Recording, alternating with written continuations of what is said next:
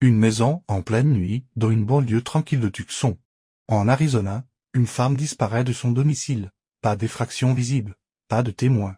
Juste une montre connectée, blanche, retrouvée par terre près du lit, et un projecteur extérieur, mystérieusement détruit. Quelques jours plus tard, 2 notes de rançon arrivent non pas à la police, mais directement dans les boîtes mail de chaînes de télévision locales et d'un site de presse. People.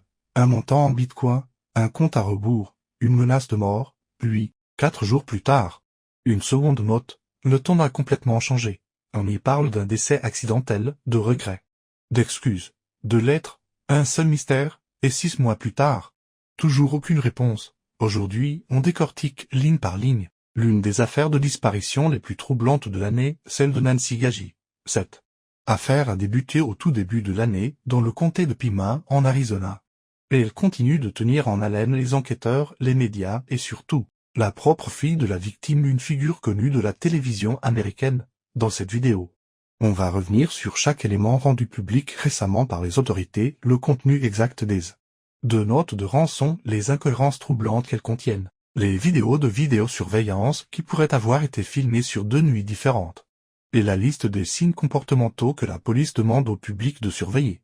Accrochez-vous parce que plus on avance dans cette affaire, moins elle ressemble à un simple enlèvement crapuleux. Abonnez-vous, activez la cloche. Et c'est parti. Rappel des faits, avant d'entrer dans le vif du sujet. Un bref retour en arrière pour ceux qui découvrent l'affaire. Nancy Gagey disparaît de son domicile de Tucson en pleine nuit. Dans la nuit du 31 janvier au 1er février, pas de signe d'effraction. Une caméra de sonnette connectée capture la silhouette d'un individu masqué, muni d'un sac à dos, se tenant sur le perron de la maison. Ce moment-là, l'image de cet homme au masque et à la moustache visible à travers le tissu va faire le tour des médias américains. Le FBI, par la voix de son directeur, la diffuse largement. Des figures politiques de premier plan relaient l'appel à témoins. Mais malgré cette exposition médiatique massive, l'enquête stagne, les semaines passent, les mois passent, et sa fille, une présentatrice bien connue du petit écran américain, multiplie les appels publics, espérant que la personne responsable ou quelqu'un dans son entourage finira par craquer. 6 mois après les faits, jour pour jour, presque, un nouveau rebondissement. Ce vendredi-là, le bureau du shérif du comté de Pima publie, pour la toute première fois, le contenu intégral des 2 notes de rançon envoyées au tout début de l'affaire, des documents que le public attendait depuis des mois, et leur contenu est aussi glaçant que déroutant. La première note. Revenons au tout début de l'enquête, quelques jours après la disparition de Nancy. 2 courriers électroniques atterrissent dans les boîtes de réception de plusieurs chaînes de télévision locale ainsi que d'un site People très connu aux États-Unis. Le premier message s'adresse directement à Savannah, la fille de la victime. Dans les grandes lignes, l'auteur affirme détenir Nancy, assure qu'elle va bien mais qu'elle a peur, et pose un ultimatum financier extrêmement précis, une somme en bitcoin à verser sous une semaine, avec une deadline ferme fixée à un jeudi précis à 17 heures. Si la somme n'est pas versée à temps, le montant grimpe drastiquement, avec un nouveau délai fixé au lundi suivant, toujours à 17 heures. Et si, à cette seconde échéance, rien n'est versé, l'auteur du message est explicite, Nancy sera tuée. Le message se termine par une série de mises en garde, pas de négociation possible, pas de contact ultérieur et surtout ne pas prévenir la police qui, selon les mots de l'auteur, ne pourra rien faire. 2 détails à la toute fin du message viennent appuyer la crédibilité du courrier, une mention précise d'une montre connectée blanche, retrouvée au sol près du lit de la victime, et la destruction d'un projecteur extérieur blanc dans le jardin. 2 détails que, jusqu'ici, seule une personne présente sur place pouvait connaître. De quoi donner du poids à cette lettre. Mais très vite, les analystes vont y déceler des détails qui ne collent pas du tout. Avant de vous parler de ces incohérences, il faut d'abord vous présenter la seconde note, parce que le contraste entre les 2 est, à lui seul, une énigme. La seconde note. Un changement de ton radical. 4 jours après le premier message, un second courrier arrive, plus court, plus sobre, et surtout, radicalement différent dans le ton. Cette fois, l'auteur ne s'adresse plus uniquement à Savannah, mais à toute la famille Gagey. Le message affirme que l'auteur ou les auteurs n'avaient pas pleinement conscience de la gravité de l'état de santé de Nancy. Il assure qu'il n'y avait jamais eu d'intention de lui faire du mal. Il explique qu'elle serait décédée peu de temps après avoir été emmenée, d'une cause qui semble d'origine cardiaque. Le texte évoque même, en des termes étranges, le fait qu'elle repose désormais dans la nature. Le message se termine par des excuses et l'espoir que la famille puisse trouver la paix. Comparez maintenant les deux textes. Le premier. Une menace froide, calculée, méthodique, avec des échéances financières précises et un avertissement explicite de mort. Le second, un ton presque compatissant, presque désolé alors même que, quelques jours plus tôt, ce même expéditeur promettait la mort de sa victime si l'argent n'arrivait pas à temps. Et cela, même personne qui a écrit les deux lettres. Et si oui, pourquoi un tel revirement? C'est exactement la question que se posent les experts consultés sur cette affaire, et en creusant, ils ont repéré une série de détails qui ne cadrent tout simplement pas avec le profil d'un vrai ravisseur. Les incohérences qui intriguent. Premier détail troublant, dans la première note. La somme demandée est systématiquement exprimée en USD. Or, comme le soulignent plusieurs observateurs, un Américain sur le sol américain n'a aucune raison d'ajouter cette précision. On dit 4 millions de dollars. Pas 4 millions USD. C'est une façon de s'exprimer que l'on retrouve davantage chez quelqu'un habitué aux transactions internationales ou vivant hors des États-Unis. Deuxième détail, une faute d'orthographe repérée dans le corps du texte.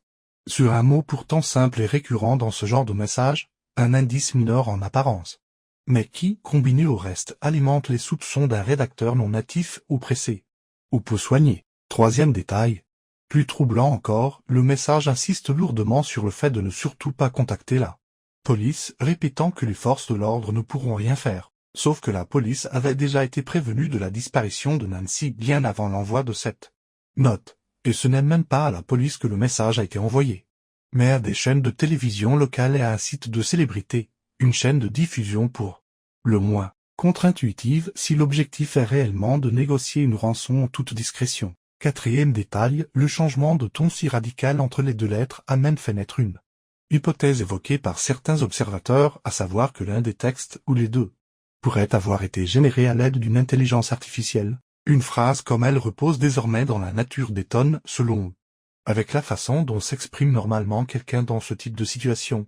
Et puis il y a cette phrase, dans la première note, qui indique que Nancy serait ramenée à Tucson une fois la rançon payée. Une mention qui, pour certains analystes, pourrait suggérer que la victime aurait été emmenée hors de la ville voire hors du pays, la frontière mexicaine se trouvant à moins d'une heure de route. Autant d'éléments qui poussent une question, dérangeante, à émerger, et si ces lettres n'étaient qu'une mise en scène et un moyen de gagner du temps pour dissimuler un tout autre drame? C'est en tout cas l'hypothèse ouvertement évoquée par certains observateurs proches de l'enquête.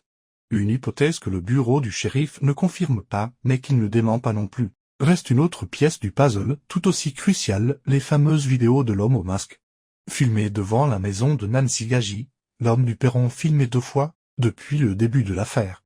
Une image est devenue le symbole de cette enquête, celle d'un individu. Le visage dissimulé sous un masque, une moustache légèrement visible à travers le tissu. Se tenant immobile sur le perron de la maison de Nancy Gagy, muni d'un sac à dos. Cette vidéo, extraite d'une caméra de sonnette connectée, a été diffusée largement, jusqu'à impliquer directement la direction du FBI dans sa promotion publique. Mais voilà la révélation la plus troublante de cette dernière communication du bureau du shérif. Ces images pourraient en réalité provenir de 2 nuits différentes, et non d'une seule et même soirée comme on le pensait jusqu'ici. Pourquoi est-ce si important? Parce que si cette hypothèse se confirme, cela changerait complètement la lecture de l'affaire. On ne serait plus face à un cambriolage improvisé où l'auteur serait tombé, par hasard, sur Nancy présente à son domicile cette nuit-là. On serait face à quelqu'un qui serait revenu plusieurs fois avant de passer à l'acte. Quelqu'un qui aurait observé la maison, étudié les horaires, repéré les caméras, attendu le bon moment, autrement dit, de la préméditation, une surveillance méthodique. Pas un coup de tête. Le comportement de cet individu sur les images, d'ailleurs, alimente cette théorie, son immobilité, son absence apparente de nervosité, et un geste particulièrement étrange de celui de se pencher vers des plantes présentes sur le perron sans qu'on comprenne clairement pourquoi. Un individu calme, méthodique, qui prend le temps d'étudier sa cible avant d'agir. Une scène de crime sans trace d'effraction, et des notes de rançon qui semblent, à bien des égards, avoir été rédigées pour brouiller les pistes plutôt que pour réellement négocier. Alors, où en est l'enquête aujourd'hui, 6 mois après les faits? Le poids du silence et les tensions entre agences, depuis le début de cette affaire. Le shérif en charge du dossier s'est montré particulièrement mesuré dans sa communication publique. Peu d'interviews, peu de conférences de presse nationale. Une gestion de l'information très resserrée. Presse au compte-gouttes. Et ce silence relatif a nourri ces derniers mois une autre polémique, celle des tensions rapportées entre le bureau du shérif qui dirige officiellement l'enquête, et l'FBI, censé apporter son appui technique notamment sur l'analyse des vidéos et le traçage du portefeuille Bitcoin mentionné dans la première note. Des rapports ont évoqué un possible délai avant que l'FBI ne soit pleinement associé à l'enquête, générant, selon certaines sources, une perte de temps précieuse dans les tout premiers jours. Une source proche du dossier évoque même le remplacement en cours de route du premier enquêteur en charge de l'affaire par un profil plus expérimenté, signe, peut-être, d'un ajustement de stratégie après un démarrage jugé trop lent. Mais à ce stade, aucun élément ne permet d'établir de compétences fédérales exclusives sur ce dossier. Le bureau du shérif du comté de Pima reste officiellement à la tête de l'enquête. 6 mois. 2 notes de rançon au ton contradictoire. Des vidéos qui pourraient dater de 2 soirées distinctes. Et toujours, à ce jour, aucune arrestation. Face à cette impasse, les autorités ont décidé de changer de stratégie, plutôt que de continuer à chercher un visage précis. Elles misent désormais sur autre chose, les changements de comportement. C'est que la police demande au public de surveiller. Dans son communiqué le plus récent, le bureau du shérif a publié une liste de signes comportementaux qu'il invite le public, en particulier les habitants du comté de Pima, à surveiller autour d'eux.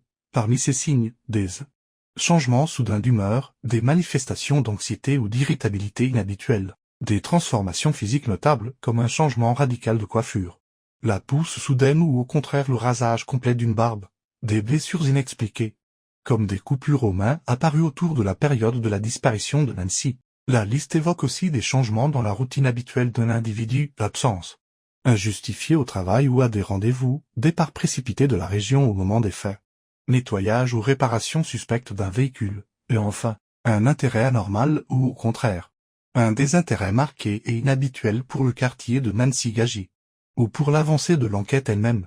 Ce type de liste n'est pas inédit dans les affaires de ce genre, mais sa publication, 6 mois après les faits, dit quelque chose d'important sur l'état actuel de l'enquête après les analyses techniques. Après le déploiement de moyens fédéraux considérables, les enquêteurs semblent aujourd'hui miser sur un espoir plus humain, celui qu'un témoin, un proche ou même un simple voisin reconnaissent un comportement qui, avec le recul, ne collait pas. Le pari, c'est celui de la culpabilité qui ronge avec le temps. Celles et ceux qui savent quelque chose est lié à une autre personne qui, depuis le début, refuse de laisser cette affaire sombrer dans l'oubli médiatique. L'appel de Savannah.